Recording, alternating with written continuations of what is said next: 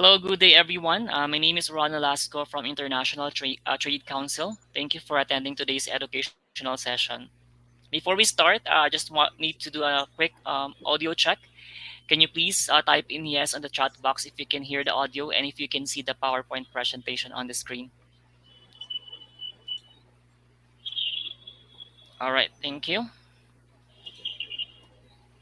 For today's educational session, we have Osman Ghani Tuhin, founder of Tuhin and Partners, and the topic is structuring FDI in Bangladesh. Today's focus: understanding Bangladesh FDI landscape and growth potential, regulatory and legal frameworks for foreign investors, sector-specific opportunities in manufacturing, technology, infrastructure, and more, and case studies of successful FDI ventures in Bangladesh. Now, let's hear directly from our esteemed speaker who will elaborate the topic. Please join us in welcoming Osman Ghani Tuhin. Go ahead, Osman. Hello, everyone. It is a pleasure to be here with uh, International Trade Council. So I will be presenting on structuring FDI in Bangladesh. Here is a little introduction about me.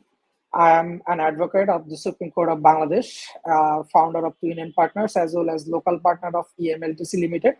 It's an international law firm, as well as I'm the board member of FDI and Legal Business Council of the International Trade Council.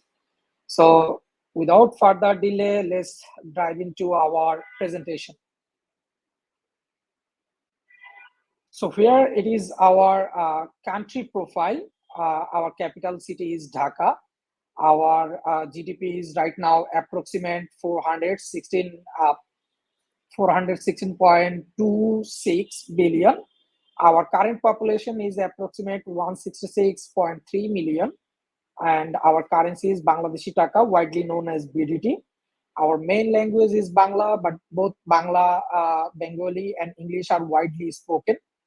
Right now, our unemployment rate is 5.4%. Our time zone is UTC +6, commonly known as BST, Bangladesh Standard Time.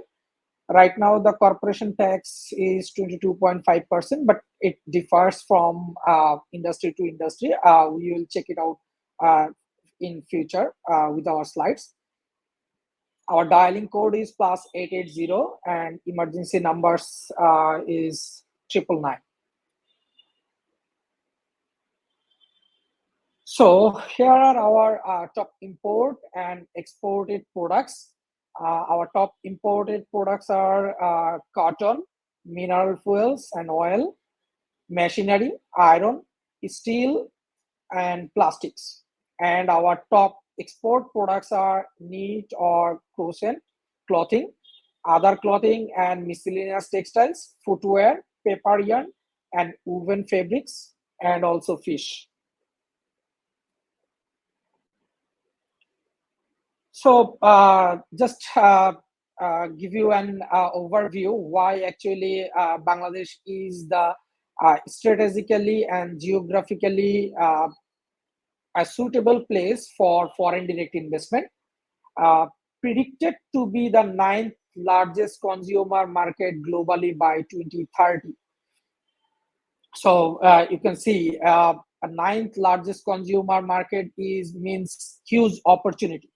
And right now 34 million people in the middle income and affluent classes. So the middle income people means the more opportunity for your products, access to large domestic markets through MFN clauses of the WTO agreement, and also the GSP and other facilities of US and the European Union. Strategic location to access to the largest regional market, including India and China. You see, Bangladesh is just middle of the India and China.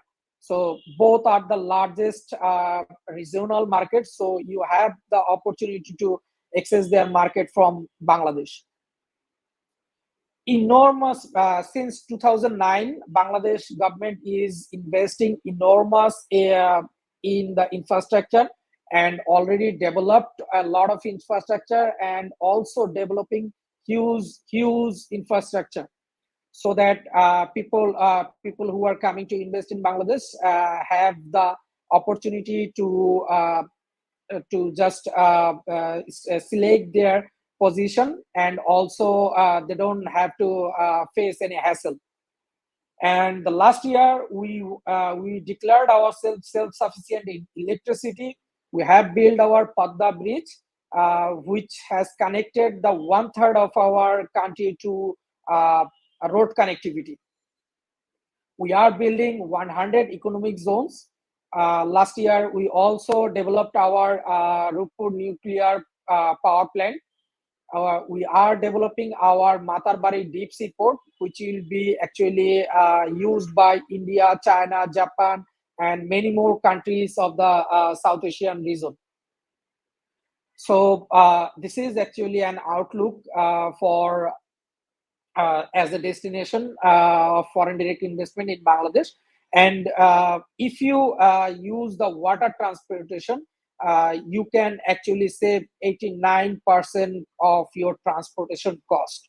So that's actually giving you a huge opportunity to reduce your transportation cost and your manufacture cost also. So here is an over chart of Bangladesh's foreign direct investment ratio.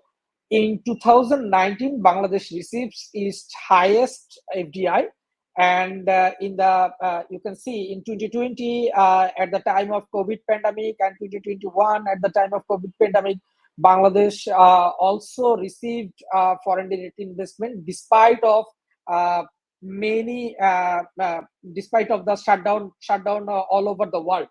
And in 2023, the last year, Bangladesh received its second highest FDI, and the trend is growing.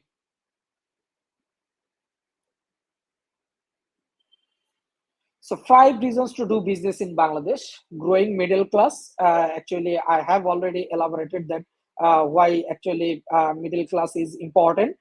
Increasingly educated population. Just before 10 years ago, all the multinational companies in Bangladesh hired their executive officers from outside of Bangladesh. But right now, all the MNCs, including their CEO, are actually hired from Bangladesh. Infrastructure opportunities. As I have said, we have invested a lot of in the infrastructure, and also we haven't stopped yet, and we are actually investing infrastructure heavily, and it will continue to do so. Government focus on attracting investment. From 2009, government actually focusing more on attracting FDI, and actually they have actually built a separate entity to promote the foreign direct investment in Bangladesh. A lot of young population means a lot of energy, and a lot of young forces means you can have the lot of labor force also. So here are 8 key economic sectors in Bangladesh. Number one is manufacturing sector. Number two, infrastructure. Number three, transportation. Number four, agriculture. Number five, mining. Number six, service. Number seven, information and technology. And number eight is tea processing. Incentives to invest in Bangladesh. Right now, Bangladesh government is providing a lot of incentives for the FDI. Number one is they are providing corporate income tax related incentives, um, import duty related incentives, other tax exempted, accelerated depreciation. The industry must be registered with BIDA, BEZA, BEBZA. EZ means economical zones, or EPZ means export processing zones for CIT or ID exemptions. If you actually eager to receive the incentive, then you have to be registered with this authority. Approval from NBR for the CIT.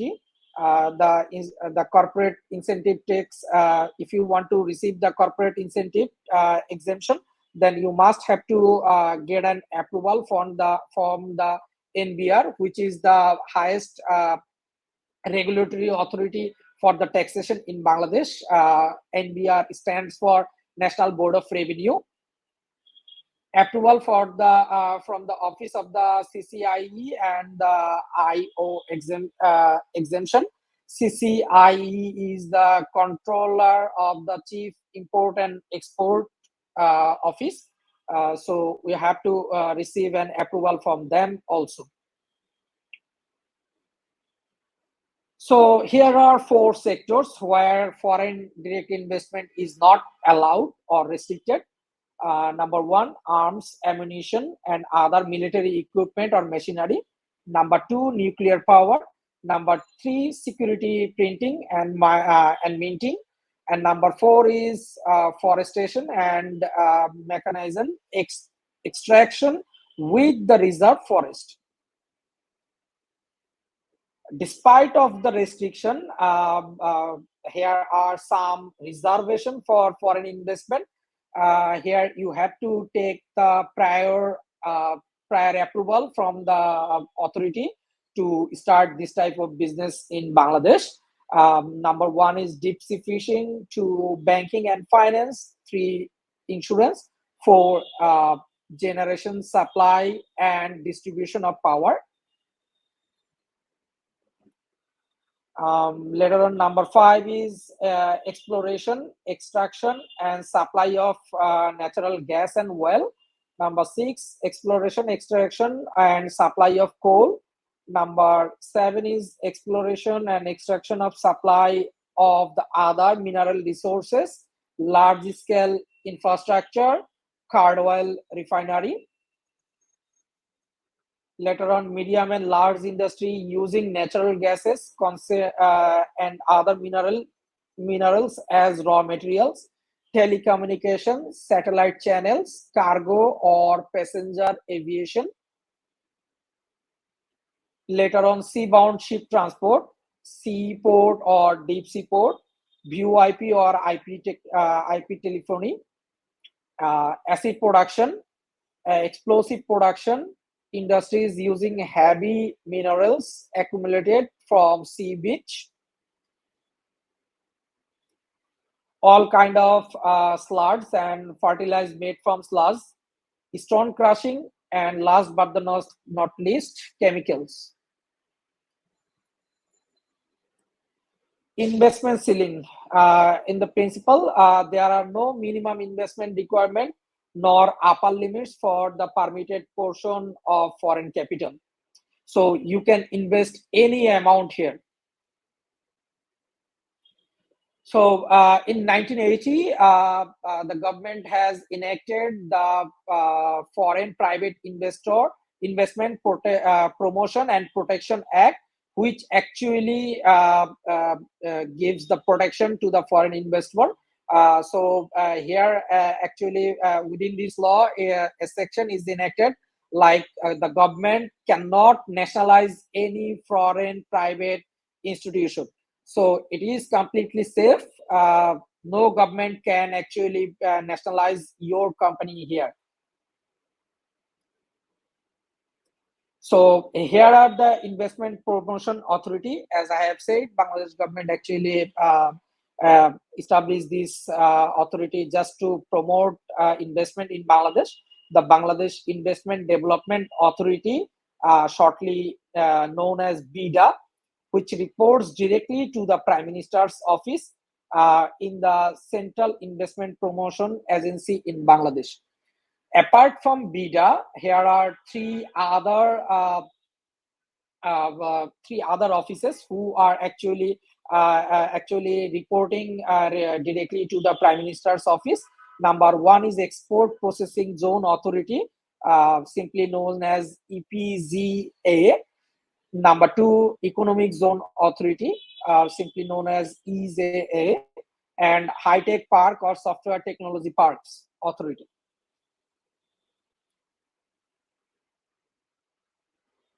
So here are our 8 export processing zone: Chittagong processing zone, Mongla processing zone, Ishordi processing zone, Uttara processing zone, Adamji export processing zone, Kumilla export processing zone, Kondofuli export processing zone, and Shaka export processing zone.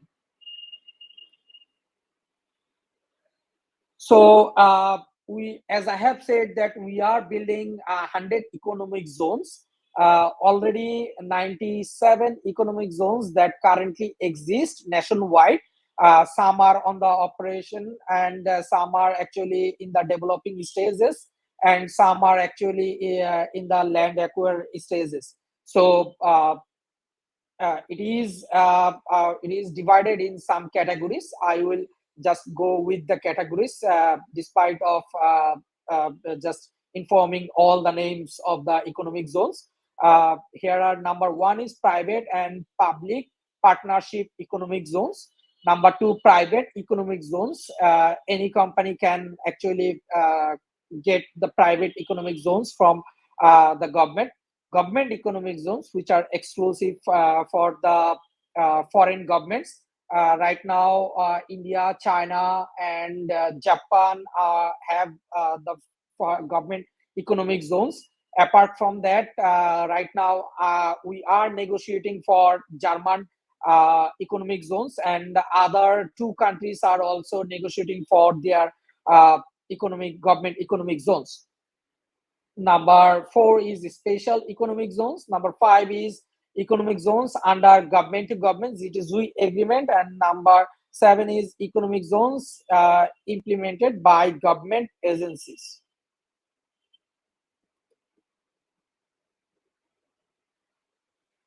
High-tech parks and software technology parks. Right now, 28 such parks across the country are intended to attract foreign direct investment in the area of the information and technology, software and biotechnology, as well as renewable energy. The Bangladesh High-Tech Park Authority, BHTPA, is responsible for developing and defining investment incentives. Even the ICT division of the ICT Ministry of the People's Republic of Bangladesh also inviting all the nationals to invest in the high-tech park zones. Well, now we are moving forward to the entering into Bangladesh market. How you can enter in the Bangladesh market? Number one, authorized dealership or distributor. There is no legally standardized regulation on the proprietary dealership laws in Bangladesh, but the contract law of the 1872 provisions are relevant to the contractual relationship between the principal and the distributor. Number two, commercial agency laws. In the contrast to the proprietary dealer law, the Bangladeshi commercial agency law is explicitly regulated. In the contract law of 1872, there is extensive freedom of contract, so that the principal can appoint several commercial agents. Incidentally, commercial agency contract can be concluded informally. However, recording the mutual rights and obligation in a written agreement would be best. Well, here is the corporate law framework. Bangladeshi company law is based on the Companies Act of 1994, enacted for the respective type of company, among other things. For foreign investor comes to establish a company, they can go forward for uh, this six formation. Number one is representative office, which is widely known as liaison office. But the liaison office cannot engage in any business activity. Number two, establishing a foreign company through branch offices, but the branch office have some limitation for the for the commercial activities. Number three, public limited companies, the limited liability companies, or widely known as PLC. Number four is private limited company, limited liability company, or widely known as foreign private limited company. The foreign private limited company is actually the most favorite way for all the foreign investors in Bangladesh to do business here, because it's more flexible than the other frameworks. Number five is one person company, OPC. In 2020, Bangladesh government actually amended our Companies Act 1994, just to ensure that the foreigners can also establish one person company here in Bangladesh, so that they don't have to looking for other investors just to form the private limited company. Because private to form the private limited company, you must have two directors and two shareholders. But in a one person company, you don't have to go forward with any other investor or any other partner. You can just open your company and operate them by your own, but it has some limitations. And number six, last but not the least, partnership with private firms, which is commonly or widely known as the joint venture company. So, investment protection agreement. Bangladesh has signed 29 investment protection agreement with some countries, but all have not actually entered into force. Only 24 investment protection agreement are in force right now. So, the intellectual property right frameworks, the trademark law, which is actually most important in this era, for any businesses. Bangladesh trademark law is governed by the Trademark Act 2009. This was enacted as a result of agreement on trade-related aspect of intellectual property rights, which is commonly known as TRIPS. This agreement is from the WTO. The term of protection is 7 years from the registration of the trademark. Therefore, thereafter, extension of 10 years are possible. In principle, unregistered trademarks do not enjoy any legal protection here in Bangladesh. The competent authority for registering a trademark in Bangladesh is the Department of Patent, Designs and Trademarks, DPDT. Now, moving forward to patent. Bangladeshi patent law is governed by the Patent and Design Act of 2022. The terms of the protection is 20 years from the date of the patent is registered with the DPDT.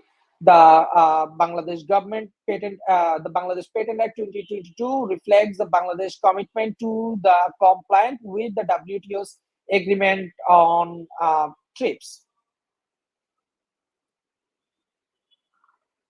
Tax framework.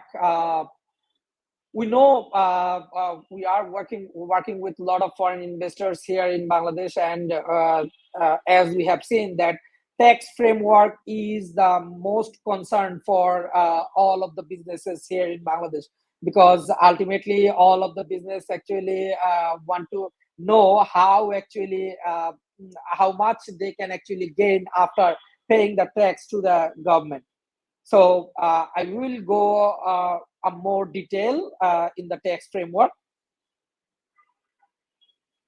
Direct taxation. The relevant legal basis of the collection of taxes in Bangladesh can be found in the Income Tax Act 2023 and the Income Tax Rules 1984.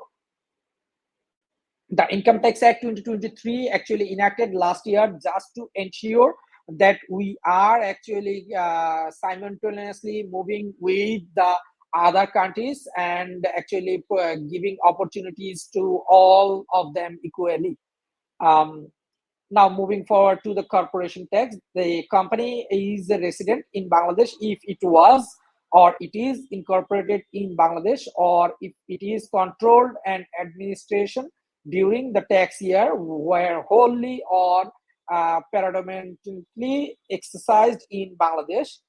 Section 2, subsection 31 of the Income Tax Act 2023, uh, as per and the non-resident companies are generally taxed on their Bangladeshi income. Tax rate, general corporate tax rate for the listed company, the public listed company, generally 22.5%. For bank, insurance companies, and other financial institutions, it is 37.5%, and mobile phone companies, it is 40%.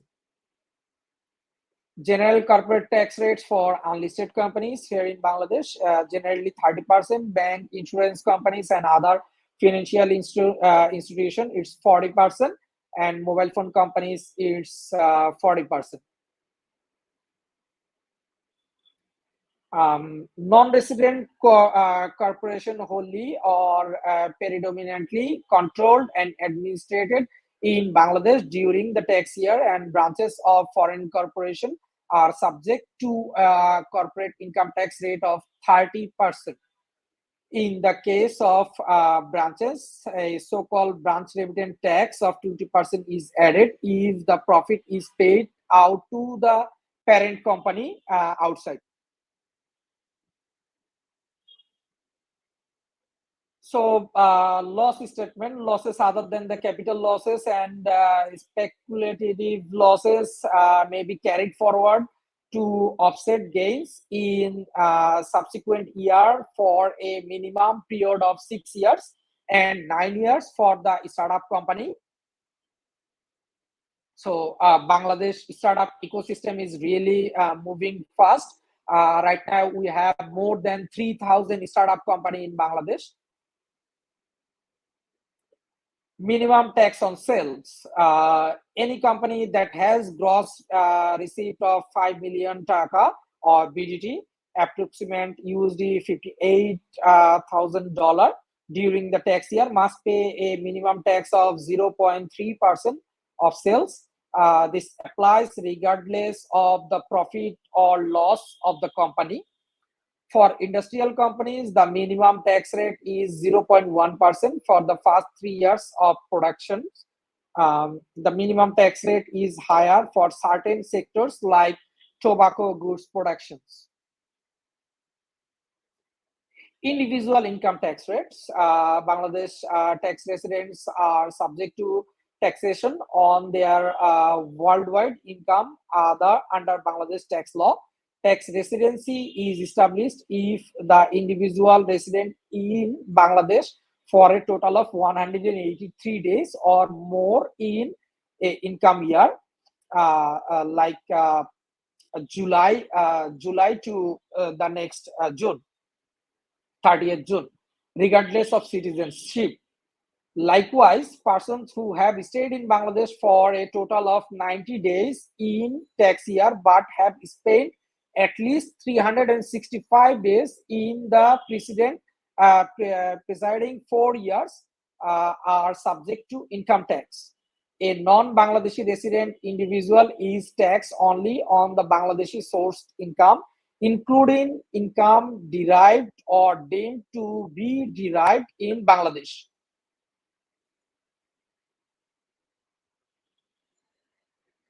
Individual income tax rate.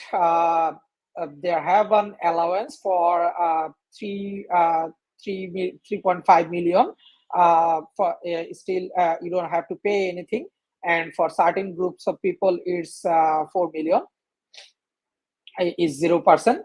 Additional income of 100,000 is 5%, and the additional income of 300,000 is 10%, and next additional income of 400,000 is 15%. Later, additional income of 500,000 in 20%, and rest of the income of your rest will be taxed on as 25%. Indirect tax. Well, value-added tax, or commonly known as VAT, the Value-Added Tax and Supplementary Duty Act 2012 controlling the VAT and SD in Bangladesh. Sales tax is generally 15% of the value added of the goods or service unless they are specifically exempted from the tax or subject to a reduced tax rate. The commercial import of goods is subject to an import sales tax of 3% if they are imported or by producer, or 5% for other importers. Customs and import duties. Customs duties and import duties are levied at import stage at rate classified under the harmonized system or the HS code. Withholding tax. The withholding tax rate applicable to such payment is between 10% to 20% for resident, subject to any relief under the double taxation treaty. For the non-resident, however, the withholding tax rate is between 20% and 30%. 20% for the companies and 30% for the personnel.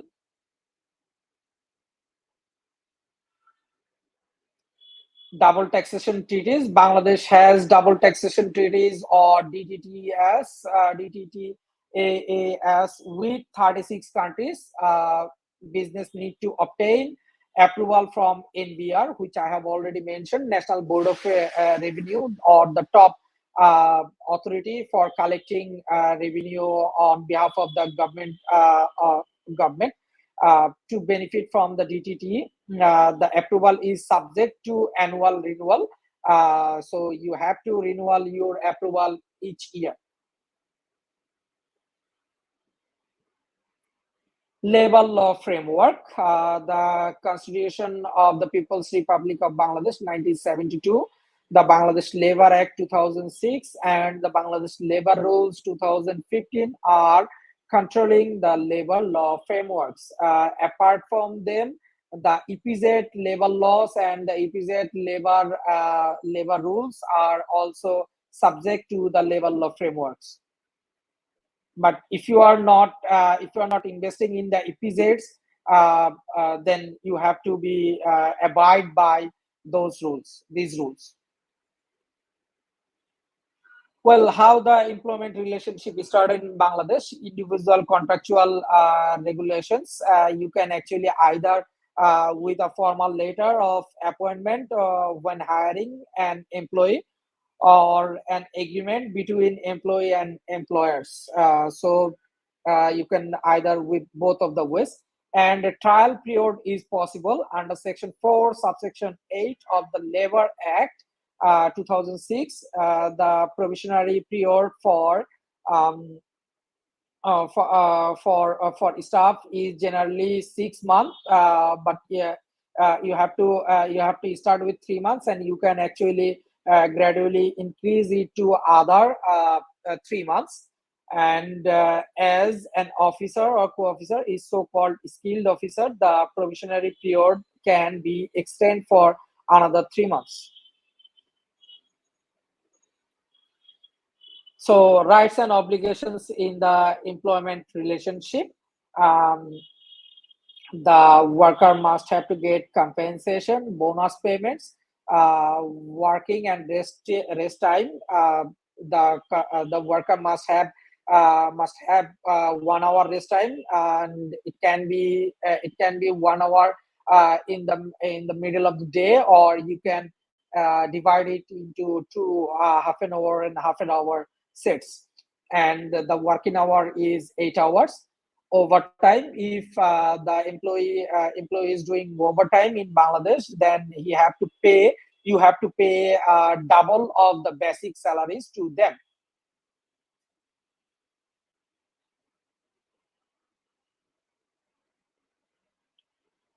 And number 5 is public holidays. The employee is entitled to have the public holidays in Bangladesh. The public holidays list are published by the government each year, so you have to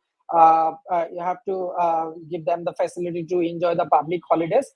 But if the holidays entitlement and if the workers workers worked in those public holidays, then you have to pay them the other benefits in the event, and also you have to pay them in the event of sickness or accidental at work. So this was actually pretty much about my overview about the framework in the FDI in Bangladesh. I haven't gone through all the details because it could lead to more than 1 hour. Even it would be overshorted to our time framework. So I actually followed, try to give you an overlook, but if you have any questions or discussion you may want to do, I am open for that. All right, thank you. Thank you for that very informative presentation. So now it's time to open the floor for your questions. Please feel free to type in your questions in the Q&A and chat box. So actually have one question already here. I'll just show it on the stage. So it's from Engine and Sindel. We would like to promote our rice meal products from Turkey. What could we do to proceed with a partner?